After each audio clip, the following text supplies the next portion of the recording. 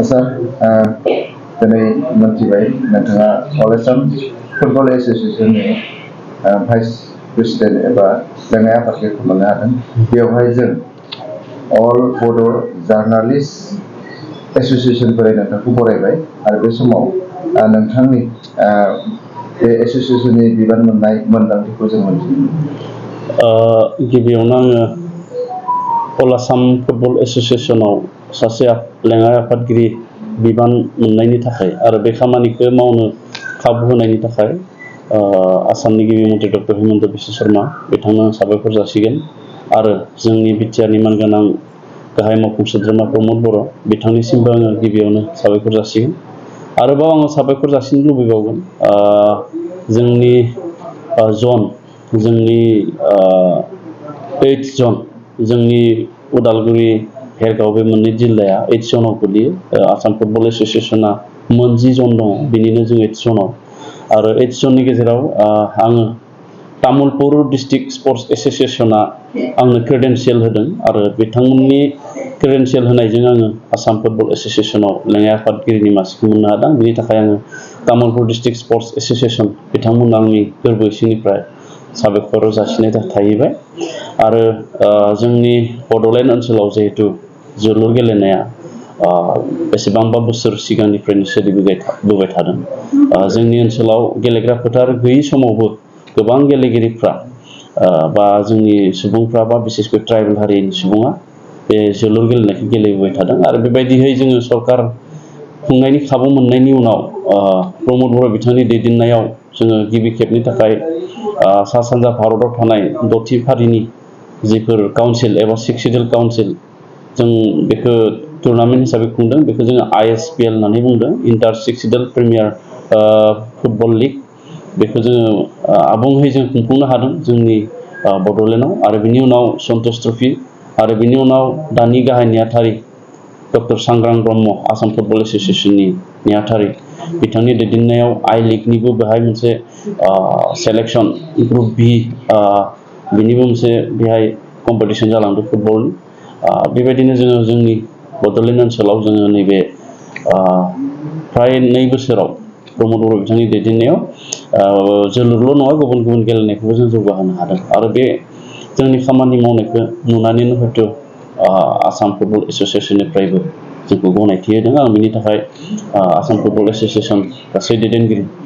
बिथांमोननोबो आङो आंनि गोरबो सिंनिफ्राय साबायखर जासिबाय आरो फैबाय थानाय समाव जोङो बड'लेण्ड लोगोसे आसामनि गासैबो जिल्लायाव जोंनि जोलुरखौ जोङो मोजाङै जोङो सामलायनानै जोंनि आसामनिफ्राय मोजां मोजां गेलेगिरि जोङो दिहुननो थाखाय नेसनेल लेभेल इन्टारनेसनेल लेभेलाव जाहाथे गेलेहैनो हानाय खेलारि ओंखारो बेनि थाखाय जों खामानि मावनो सावरायनाय जादों आरो आंबो हानायसिम बिथांमोनजों खामानि मावनो नाजागोन। दा नुनो मोनबाय दिनै नोंथाङा जिहेतु अल आसाम फुटबल एसोसिएशननि सासे लेङाइ आफादगिरि हिसाबै बिटिआरआव थांनाय समफोरावहाय नोंथाङा गोबां गेलेमु आयदा बेफोराव माखासे जोलुर गेलेनाय बे हाबाफारिखौ लादों। नाथायबा अल आसामाव माखासे बिटिआरआव सोसनजायै बा बिटिआरआव हाबै बे काउन्सिलफोराव अट'नमास जितु बड' कसारि अट'नमास काउन्सिल बेफोराव माबायदि जोलुर गेलेनायनि प्रभाबखौ बा गोहोमखौ खोख्लैदों? बर' कसारि वेलफेयार अट'नमास काउन्सिल जोंनि बिसेसकै बड'लेण्ड कार्बि आंलं बा डिमा हासावनि बाहेरनि जिफोर बर' गामिफोर दङ बेखौ लानानै दानाय बे वेलफेयार अट'नमास काउन्सिलाव गोबां गेलेगिरि जोंहा दङ नंगौ। दा बिथांमोनखौ नायनो थाखाय जोंहा बड' कसारि वेलफेयार अट'नमास काउन्सिलाव मोनसे डिपार्टमेन्ट दंखायो आरो दिनै आं खाबु मोनबाय जिहेतु आसाम फुटबल एसोसिएशनाव सासे बिबानगिरि महरै सायख'जानानै। दा बिनि थाखायनो जोंनि बड' कसारि वेलफेयार अट'नमास काउन्सिलानो होन बा गुबुन गुबुन काउन्सिलाव थानाय आसामनि सिङाव गोबां गेलेगिरि बिथांमोननो बा बिथांमोननि खामानि मावनो थाखाय जोङो खाबु मोनदों। बेखौ जोङो इयुननि समाव जों जाहाथे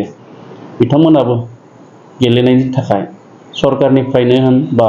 जोंनि एसोसिएशननिफ्रायनो होन जाहाथे मोजां अनसायनायखौ मोनो बिनि थाखाय जोङो नोजोर होनानै खामानि मावलांगोन। आरो जोङो बड'लेण्ड ओनसोलाव ओरैनो दासिम स्पर्ट्स डेभेलपमेन्ट बर्ड बड'लेण्ड ओनसोलनि गासैबो इभेन्टखौ जाहाथे समानै जों लांफानो हायो फुटबलल' नङा बुलुरल' नङा बा अन्यान्य गेमल' नङा गासैबो गेमखौ जों जाहाथे बा गेलेनायखौ जों जाहाथे समानै लांफानो हायो बिनि थाखाय मोनसे नायग्रा आफाद खारन जोंहा गावबागाव इभेन्टआव गावबागाव एसोसिएसन दङ फुटबलाव जेरै एसोसिएसन दङ भलिबलावबो दङ भलिबलाव जेरै दङ काबादियावबो दङ उसुआवबो दङ बक्सिंआवबो दङ आर्सारियावबो दङ दा बे गावबागाव एसोसिएसन जानायलाय सरकारनि खाथियावबो गोबां एसोसिएसनफ्रा गावबागाव एप्रचिं मुडआव फैयो आरो नाथाय जोङो सोरबा एसोसिएसन बा सोरबा इभेन्टखौ जों मोजाङै नायनो हायो सोरबा इभेन्टआ जोंजों लोब्बा लाया बा लोब्बा लायोब्लाबो सोरबा इभेन्टखौ जों मोजाङै नायनो हाया दा ओंखायनो गासैबो इभेन्टआव जिहेथु हिउमेन रिसोर्स क्रिएट जायो डेभेलपमेन्ट जायो दा सुबुं सम्पदा गासैबो डिपार्टमेन्ट बा इभेन्टजों जायो हिसाबै गासैबो इभेन्टआव जों जाहाथे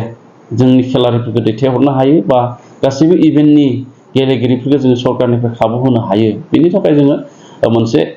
जोंहा बर्डनि गोनांथि जाथारदोंमोन आरो बेखौनो जोङो बड'लेण्ड स्पर्ट्स डेभेलपमेन्ट बर्ड बेखौ जोङो ड्राफ्टिं कमिटिखौ जोङो अलरेडि एप्रुभ खालामबाय आरो बिथांमोना ड्राफ्टिं खालामनानै बड'लेण्ड ओनसोलाव स्पर्ट्सनि डेभेलपमेन्टनि थाखाय बिथांमोना खामानि मावगोन आरो जोङो गभर्नमेन्टआ स्पर्ट्स डेभेलपमेन्ट पलिसि जोंनो मोनसे पलिसिनि गोनांथार जायखिजाया हाबाफारिखौ साक्सेस खालामनोबा जौगाहोनोबा बेयाव पलिसि एबा नोजोर बा बिदि थांखिया जोबोद गोनांथार दा बेखायनो जोङो जोंनि बड'लेण्ड ओनसोलनि मोनफ्रोमबो स्पर्ट्सनि इभेन्टखौ जोङो बोरै डेभेलप खालामनो आरो बे इभेन्टफ्राव जों बोरै जोंनि प्लेयार्सफोरखौ जों इनकारेज खालामनो बा बोरै जोङो सापर्ट खालामनो बेनि माखासे पलिसि बा स्ट्रेटेजि बेखौ जोङो बानायगासिनो दङ खम समनि गेजेरावनो जों बे पलिसिनि गेजेरजों जोंनि बड'लेण्ड ओनसोलाव जोंनि स्पर्ट्स डेभेलपमेन्ट बिथिंखौ जों मोजाङै नायनो हागोन बेखौ जोङो मिजिंथिनो हायो मोनसे गोजोनथाव खौरां क'क्राझार सहरनि जेडि रडजों नांजाबनाय गोजोनपुरि रयेल एनफिल्ड श'रुमनि गोजौआव दंसै आइ आफा बिएम इन्स्टिट्युट अफ पेरामेडिक्स बे आइ आफा बिएम इन्स्टिट्युट अफ पेरामेडिक्सआ नोंथांमोननो लानानै फैदों देहा जोथोन लाखिनायनि माखासे आयदाफोरनि गोदान सोलोंसालि 10+2नि उथ्रिसारनाय बिजाथि एबा फरायसाफोरा बे पेरामेडिक्सआव गावारि सोलोंथाइखौ लानो हागोन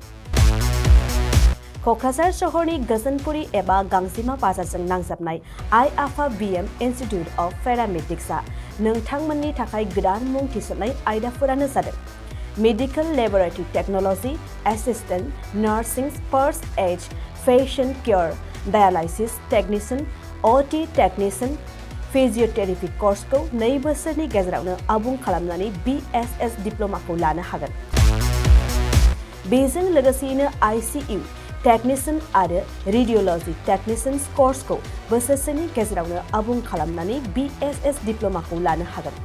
लोगोसे गासैबो डिप्ल'माखौ लानायनि उनाव सरकारि साख्रि मोननायनिबो सुबिदा दं